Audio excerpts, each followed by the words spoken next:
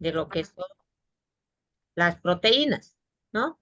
De todas maneras, hay que tener cuidado cuando aquí indicamos si son proteínas o son aminoácidos, ¿no? Lo correcto es diferenciar, pero nosotros podemos metabolizar aminoácidos, no las proteínas enteras, ¿no? Eso hay que ver. Por otra parte, al igual que en los lípidos, los aminoácidos pueden ser externos y también pueden ser endógenos. Aquí, miren, las proteínas tisulares, lo que yo tengo en mi cuerpo, se renuevan permanente y completamente, igual que los lípidos. Proteína que tengo aquí en mi hombro se va a sustituir, se va a reemplazar por otra proteína. Vamos a ver ahí cómo se lleva a cabo esto en esta estructura, conjunto de enzimas que se llama proteasoma o proteosomas, ¿no? Son ahí donde vamos a catabolizar. Bien, 400 gramos, miren, se metaboliza. 75% reciclado. El restante para formar glucosa, neo, a partir de proteínas. Génesis, aquí está mal escrito esto, ¿no? Aquí, génesis también va a servir para que originemos a la acetona, acetoacetato, beta hidroxibutirato, que ayer era una de las preguntas, ¿no? O también para la síntesis de otros compuestos, como las hormonas, enzimas, neurotransmisores, transmisores, los antígenos, anticuerpos. Recuerden que todo ello es de origen proteico, ¿sí? Debemos asociar las proteínas con material de síntesis, con material de construcción, no como fuente de energía. Ya habíamos aprendido que cuando una persona está en ayunas o no, por alguna razón no va a comer por enfermedad, lo primero que se utiliza son los azúcares, el glucógeno. Lo primero que va a perder una persona es su petaquita, su hepatomegalia, su esteatosis hepática, va a empezar a consumir el glucógeno. Después empieza a atacar el glucógeno de los muslos, de la musculatura esquelética. Y si este enfermo sigue con este proceso fisiopatológico, va a empezar a perder grasa en ese orden. Primero glucógeno, grasa. Y al final, cuando no hay más eh, recursos, cuando no hay más que hacer, recién se va a consumir, recién se van a consumir las proteínas. Bien. Vida media. ¿Qué es vida media? Lo que estás, miren, subrayado. Esto es para el resto de su vida. ¿Qué es vida media de un glóbulo rojo? Vida media de un medicamento, vida media de un tóxico. Tiempo, tiempo necesario para que se reduzca a la mitad una concentración inicial en determinadas condiciones. Eso tienen que aprenderlo para farmacología, para toxicología. Tiempo necesario. Por ejemplo, si habían 50 nanogramos para que se conviertan los 50 en 25 nanogramos, ¿qué tiempo se necesitó? 8 horas. Esa es su vida media. En este momento estarán entendiendo por qué la amoxicilina de 500 miligramos se da cada 8 horas. Porque en 8 horas, los 500 miligramos, estoy dando ejemplos fáciles, entonces se reduce a la mitad. Por ello es que se debe de tomar los medicamentos cada 12, cada 24, cada 2 semanas, cada mes. Bien, proteínas estructurales, lo que yo tengo en mi cuerpo, meses de vida media. Pero también pueden haber de días, de horas, como vamos a ver con las enzimas o con la albúmina, por ejemplo. Degradación de proteínas.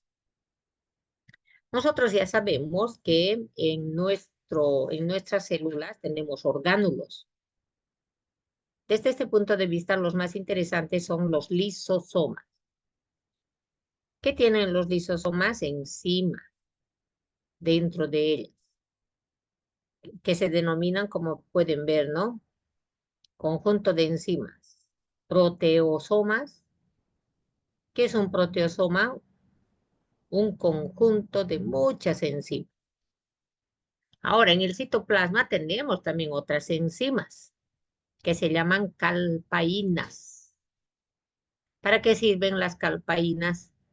Para catabolizar proteínas. Y para ello se necesita calcio. Entonces veamos, ¿por qué le da calcio a su paciente? Para sus dientes y sus huesos. No, no, pero también sirve para la coagulación. Sirve para modificar el potencial de reposo en potencial de acción de nuestras membranas celulares, pero también me sirve aquí para que funcionen las calpaínas. Y las caspasas, otras enzimas que trabajan en la muerte celular programada. Entonces, ¿qué tengo aquí? Lisosomas, ¿no? Que tienen estos, aquellos. ¿Cuáles son esas proteasas? Catepsinas. Catepsinas. Con sus amiguitas chaperonas. Estas chaperonas son las que van a trabajar, se van a sacrificar cuando la persona tenga una enfermedad crónica. Recuerden que con enfermedades crónicas los pacientes se enflaquecen y enflaquecen y enflaquecen, porque ya se consumió los hidratos de carbono, los lípidos y ahora sí por las proteínas. Bien, hablemos ahora de los proteosomas, ¿sí? ¿Qué son los proteosomas? Conjunto de enzimas que se encargan de catabolizar las proteínas endógenas. Por ello dice proteínas, no dice aminoácidos. Yo tengo una proteína media tontita, medio inactiva, entonces la voy a someter a la acción de estas enzimas. Vamos a ver. Entonces, nosotros tenemos un sistema que se llama ubiquitina. A veces se lo escribe esto con Q, ubiquitina. Bueno, ¿y qué es esto? Una estructura intracelular. Yo lo tengo en mi mente como si fuera una máquina para hacer jugo de zanahoria. Así me lo imaginé desde un principio. Y entonces la zanahoria que se introduce en esta máquina, en esta estructura intracelular, la zanahoria sería la proteína, y se le empieza a empujar, ¿no? Con su émbolo. Y por donde sale el jugo de naranja me están saliendo aminoácidos o péptidos, para que nuevamente más adelante se los vuelva a ligar, vuelva a enlazar, vuelva a tejer y hacer nueva proteína. Se recicla. Entonces, primera etapa, igual que en ácidos grasos, activación. Se activa con la ubiquitina. Y esta ubiquitina, segundo punto, va a ser reconocida por una enzima. Segunda etapa, la ubiquitina se une a la proteína que tiene que morir. Estoy usando un lenguaje para que no nos durmamos. Y así, señalada, va a poder ingresar a este conjunto. A ver, veamos, miren, esta es la proteína floja que no quiere estudiar bioquímica. Entonces se va acercando y aquí se va a activar la ubiquitina, pasando por diferentes etapas de oxidorreducción con la finalidad de ponerse sobre la proteína. Ustedes observarán que aquí la proteína ya tiene como unos adornos, se está activando, se está uniendo. Segundo o tercero ya pasa al proteosoma, que yo me lo imagino así, ¿no? Miren, va entrando la proteína por esta máquina de hacer jugos. Aquí están las enzimas con sus tijeras, las enzimas, y van cortando. Al final, por donde sale el jugo de zanahoria, salen mis péptidos o aminoácidos pequeños. Y más adelante, entonces, esos péptidos van a ser lisados para que me den aminoácidos. Ahora, estos aminoácidos podrán ir a los ribosomas, a la fracción, ¿se acuerda? La fracción 40-50, y donde el RNA ribosomal va a empezar a sumar los aminoácidos que necesitan para construir nuevas proteínas. Entonces, se dice, miren, protea o proteo. Algunos autores lo escriben aquí con o con A, proteosoma. Entonces, ahí dentro que tiene proteasas, como ven aquí sus tijeras. ¿Qué es proteasa? Asa, enzima que lisa proteínas. Sus sustratos son las proteínas. Al final, ¿qué van a salir? Polipéptidos. Otra forma de representar, miren, esta estructura lila sería el proteosoma, entra la proteína larguirucha y ya sale trocitos. Otra forma de entender. Ahora, las proteínas que son destruidas por este complejo son, uno, proteínas que controlan el ciclo celular, como las ciclinas. Lo más importante, proteínas supresoras de tumores P53. Esto hay que memorizarlo, ¿no? ¿Qué es lo que yo tengo en el cuerpo para no tener cáncer? Proteínas supresoras de tumores P53. Siempre hay que tenerlo en la mente, ¿no? Reguladores de la proteína quinasa dependiendo de la AMP. ¿Se acuerdan que habíamos hablado que un mensajero primario llega a la membrana de la célula y activa a la adenilatociclasa? La adenilatociclasa hace de que se forme AMP cíclico para activar a la proteína quinasa de dentro de la célula. Los antígenos también van a ser degradados de esta manera. Yo no sé cómo están en clases y hablando con otras personas, Díaz, Nayeli. Debía retirarse. ¿Eh? Díaz, Ramírez, Nayeli. ¿Va a estar en clases o va a conversar?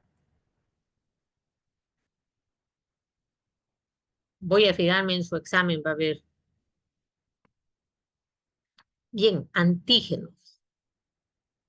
¿Qué son los antígenos, jóvenes? Son compuestos químicos, orgánicos, endógenos, porque estoy hablando de mis antígenos, de naturaleza proteica, que desencadena o estimula o motiva al sistema inmunitario para que sintetice anticuerpos. Todas nuestras células tienen antígenos, que son estructuras químicas proteicas. Esos antígenos se llaman antígenos de histocompatibilidad. Por eso, de esa manera, yo sé que mis células son humanas.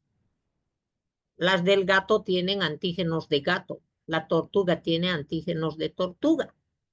Esto es interesante porque varias veces lo digo, si no hubiéramos tenido antígenos de especie, yo creo que el hombre hubiera codiciado el corazón del león y le sacaba el corazón al león y se lo ponía. Hubiéramos destrozado toda la creación de nuestro Señor. ¿Mm? Bien, entonces, ¿qué son antígenos? Compuestos químicos orgánicos endógenos de naturaleza proteica compleja que se encuentra en la superficie de las células. Es importante recordar este término porque nuestros glóbulos rojos tienen antígenos. Por eso soy yo del A, ustedes del B, el otro es del AB. Pero aparte de eso, de los grupos sanguíneos, cada una de nuestras células tiene el antígeno de especie, que se llama antígenos de histocompatibilidad. Muy importante tenerlo en cuenta para los trasplantes. Aminoácidos esenciales son aquellos que no podemos sintetizar, pero necesitamos para vivir. Y entonces yo tengo que, algunos nos muestran 8 y otros nos muestran 9. A mí me gusta empezar con la leucina. Miren, leucina, isoleucina, lisina, ahí es muy fácil. Después la FeaMTT, fenilalanina, metionina, tremenda. La otra T, triptófano, e histidina, valina. Fácil para recordar. Y los no esenciales, todos los demás que faltan, cistina, cisteína, metionina, está al otro lado, ácido aspartico, glutamo. Algunos autores indican hidroxiprolina no es un aminoácido. Requerimiento de proteínas. Todos nosotros necesitamos, según estos cálculos de los grandes bioquímicos, 0,8 gramos por kilogramo. Usted pesa 50 kilos, ¿cuánto necesita? 40 gramos al día, ¿no? 40 dividido, ¿cuánto tiene el huevo que come? ¿Cuánto representa la carne? O sea que comemos de más, joven. No debemos comer un bife grande, ¿sí? Es pues difícil. Y peor si tenemos una buena mamá, entre comillas, que nos da la carne más grande. Entonces, ojalá ustedes a partir de ahora tomen conciencia de esto. Ojalá a mí me lo hubieran dicho, ¿no? Cuando tenía la edad de ustedes, me hubieran insistido, ahorita sería yo 90, 60, 90, ¿no? Así que por favor controlen su ingestión. Si come un exceso, le hace trabajar más a su riñón. Si come más, entonces esto se va a convertir en ATP y la glucosa se va a almacenar en su hígado en forma de glucógeno, otra vez más petacudo, ¿no? O en los muslos. Esto va a tener más pistoleras, va a tener. Entonces, hay que empezar esto en casa, pero con mucho cariño y respeto, hablar con la mamá y papá, y para que no sea mucho lo que se come. 40 gramos, pero hay que dividir en el huevo, el poroto, la lenteja, la carne. Es mucho lo que comemos. Evidentemente esto se debe incrementar, ¿no ve? En el embarazo, en la lactancia. Bien. Este término hay que memorizarlo, jóvenes. El valor nutritivo de los alimentos. Un alimento un alimento es mucho mejor porque depende de su valor nutritivo. Y entonces las proteínas compiten entre ellas. Y fíjense, la que es la jefa es la proteína del huevo, de la clara de huevo. Por ello que este año cuando pasen semiología van a ir al hospital, al San Juan de Dios, que es nuestro hospital pobre, quiero decir, donde gente muy pobre va. Y entonces usted se va a hacer cargo de su paciente y le va a llevar huevitos, ¿m? Para que pueda reconstituirse. Recuerde que la comida, no, nada que ver, no tiene mucho proteína. Bueno, no se le dará este alimento al que tenga insuficiencia hepática, al que tenga insuficiencia renal. Ahí no se le da proteínas, si no terminamos matándolo, ¿no? Bien, hoy tenemos alimentos enriquecidos con aminoácidos esenciales o con yodo o con flúor, ¿sí? Entonces a la harina se le va aumentando metionina o triptófano. El triptófano, jóvenes, que hemos visto aquí, aminoácido esencial. Miren qué maravilla, el maíz de Wilcaparú. Van a preguntar eso a sus abuelos collas, triptófano. Entonces, eso se encuentra en el Wilcaparu. Por eso que en Bolivia usamos mucho la leche mezclada con agüita de triptófano, agüita de Wilcaparu. Su base científica radica en esto. Ese maíz tiene un alto porcentaje de triptófano, que es uno de los aminoácidos que los necesitamos. A lo mejor usted va a trabajar, va a asesorar en alguna industria, entonces hay que añadir. La Gabriel se caracteriza por tener su laboratorio de alimentos y lo que hace es encontrar, por ejemplo, el desayuno Gabrielito, no sé si han escuchado. Entonces, ¿qué tiene el Gabrielito? Tiene lo que cualquier cereal, pero se le añade estos aminoácidos, mezclando maíz con trigo, con cebada, para que el valor nutritivo vaya a aumentar. De lo contrario, jóvenes, vamos a tener las malnutriciones. Es muy anticuado hablar de desnutrición, ¿sí? Lo correcto es malnutrición.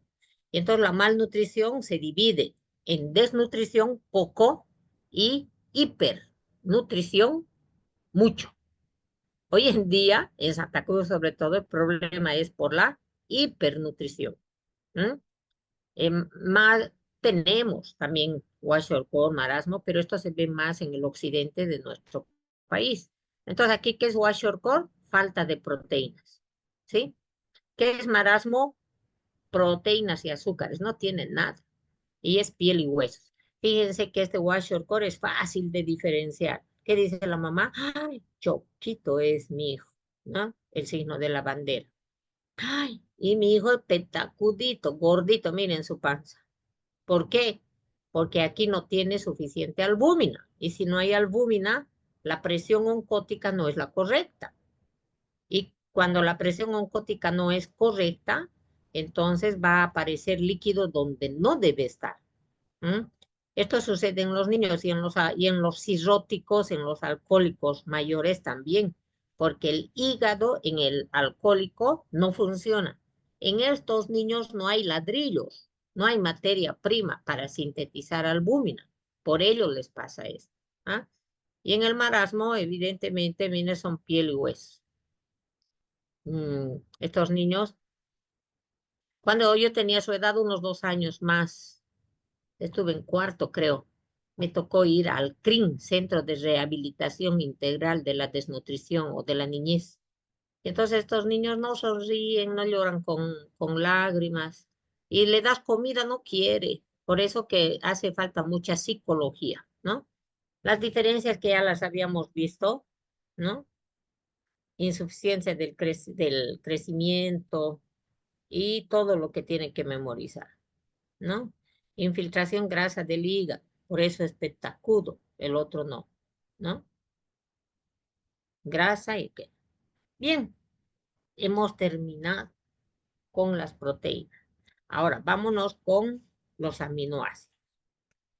Los aminoácidos pueden ser exógenos que vienen de la dieta o los que salieron del proteosoma, ¿no ve?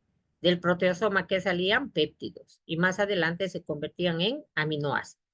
Entonces, los aminoácidos ahora pueden ser exógenos o pueden ser endógenos. Eso hay que tener presente. ¿Para qué sirve? Para sintetizar proteínas, coenzimas. Bien.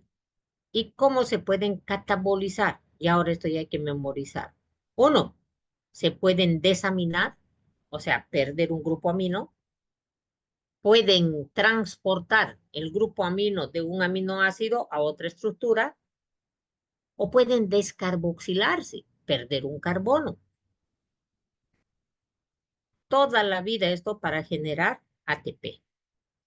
Debemos recordar algo que habíamos visto. Los aminoácidos fuera de la célula tienen que entrar ahí dentro para poder transaminarse, desaminarse, descarboxilarse. Tienen que entrar dentro de la célula. ¿Y cómo lo hacen?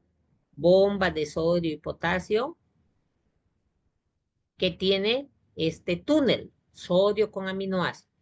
Ahora entiendo por qué mi mamá fritaba la carne con un poquito de sal. ¿M?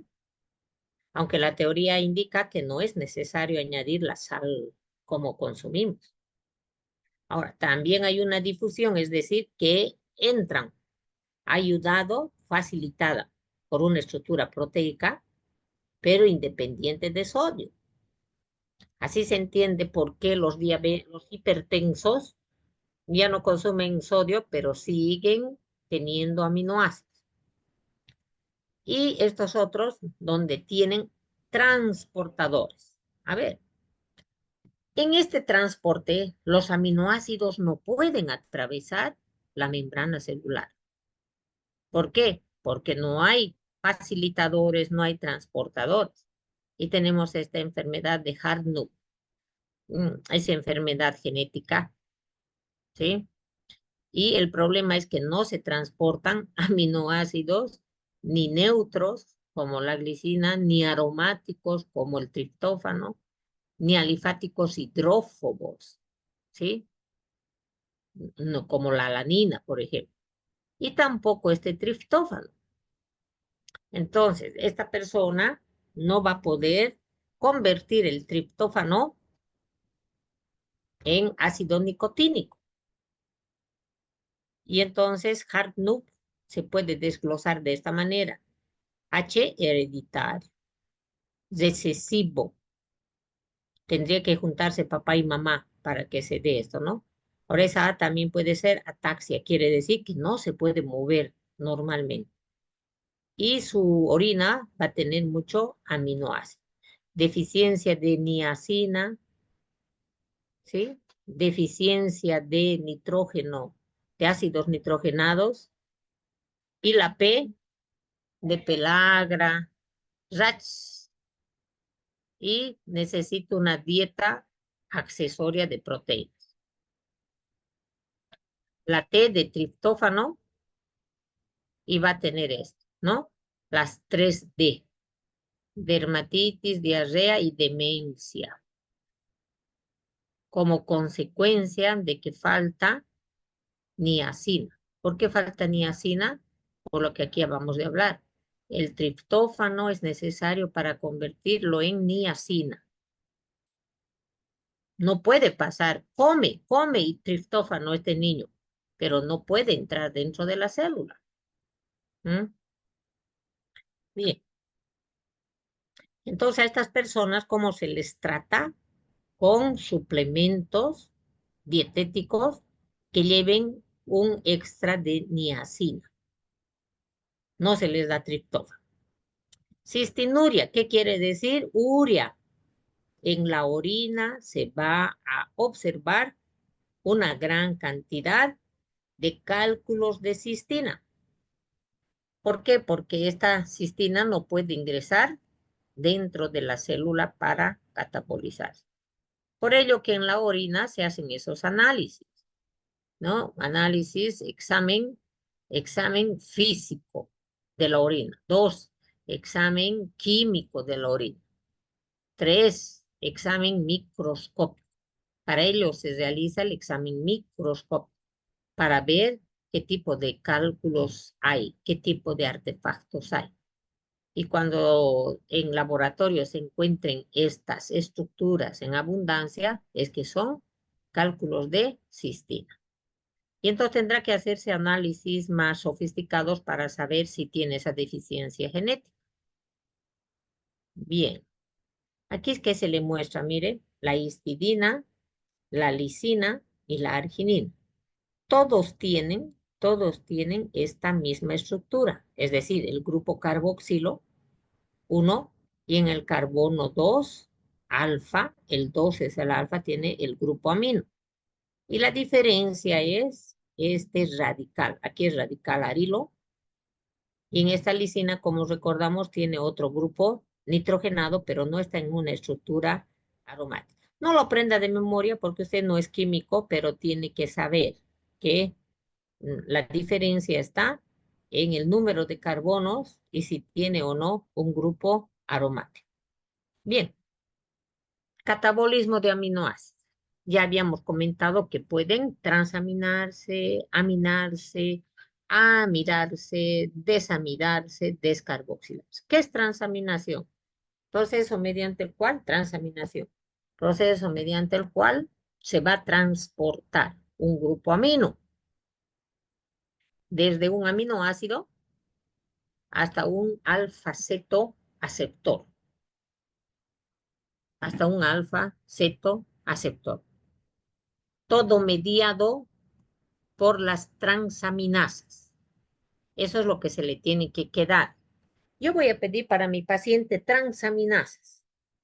Ajá, perfecto. ¿Qué son las transaminasas? Enzimas que trabajan en los procesos de transaminación. ¿Y qué es transaminación? Proceso mediante el cual se van a transportar, qué fácil, grupos aminos desde un aminoácido hasta un alfa-cetoaceptor. Este alfa-cetoaceptor casi siempre es, o lo que más acostumbrados estamos, es que es el alfa-cetoglutarato, pero de manera general es alfa-cetoácido. Este alfa-cetoglutarato o alfa-cetoaceptor se convertirá en aminoácido ahora, ¿sí? Eso tienen, por favor. Y desaminación. Este proceso de desaminación, proceso mediante el cual el glutamato o el aminoácido en general pierde el grupo amino para que se transforme en amoníaco. ¿Qué es grupo amino? NH2. Se convierte en NH3. Y luego en amonio, NH4 con su valencia positiva arriba. Otra vez, NH2 más un protón me da NH3, que es el amoníaco. El amoníaco más otro protón me va a dar NH4, pero con su valencia positiva arriba. Ese es el amonio. Ahora, estos compuestos amino, amoníaco y amonio, fíjense lo que está anotado, no necesita pasaporte. Llega a una célula y se pasa a la membrana. Se sale de la célula, entra otra y circula así fácilmente hasta que llega, obvio, por la sangre al hígado. Y el hígado tiene todas las enzimas necesarias del ciclo de la urea. Solamente en el hígado se encuentra el ciclo de la urea. Por ello que cuando hay disminución de la urea y aumento del amonio, se puede concluir que mi paciente tiene insuficiencia hepática. Que tiene insuficiencia hepática. Este examen le voy a preguntar puro casos clínicos, ¿ya? Ese es un primer caso clínico que le he hablado.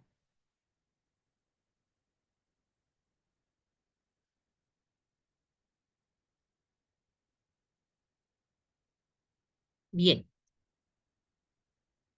Entonces, ¿cómo determino yo el perfil hepático de mi paciente? Con la determinación de la urea y del amonio. Si hubiese exceso de urea, ¿qué quiere decir? Que el hígado sintetiza bien la urea, pero es el riñón el que no bota la basura. Eso le van a dar vueltas, por favor, hasta entender. Ahora, el amonio, cuando aumenta, modifica el pH de la sangre. Y ello afecta al trabajo neuronal. Por lo tanto, esta persona que tenga insuficiencia hepática y aumento del amonio, amoniemia, la persona de a poco va a empezar a tener depresión del sistema nervioso central y va a pasar por estados de confusión, obnubilación, pudiendo llegar al coma. Y si no se desintoxica, se muere. Transaminación. Entonces, proceso mediante el cual aquí trabajan las enzimas. Las más utilizadas en clínica son estas. Miren, GOT, GPT y GGT. Gamma glutamil transferasa. ¿Qué transfiere? ¿Qué transfiere? Glutamil. Y estos otros que transfieren grupos amino. Transamina, transportan amina. Y aquí ¿qué? Gamma glutamil transferasa, más relacionado con glutamil. Fíjense que se abrevia GOT, pero también le puedes llamar AS. Cuidado que me hagan quedar mal. Un profesor le va a decir la AST. Cuidado que alguien diga, no hemos avanzado. Es un término más moderno, el aspartato transaminasa. Y este es glutamil oxaloacetato transaminasa. Son lo mismo. ¿Para cuándo yo voy a pedir? Para el hígado, sí, pero sobre todo para el corazón. Esa O se lo convierte en corazoncito. A ver, eso acostúmbrense, yo lo hago así. G, corazoncito en la O, ya sé que es del corazón. Y el otro va a ser del hígado. Los otros dos son del hígado. Entonces yo tengo aquí aspartato, amino, transaminasa, AST, ¿no? Ahí está lo que significa arriba. Y abajo, entonces tengo alanino, siempre amino transaminasa, ALT. Nombres modernos, AST, ALT. ¿Cuál es cuál? Gotas, gotas. Ahí ya no me pierdo.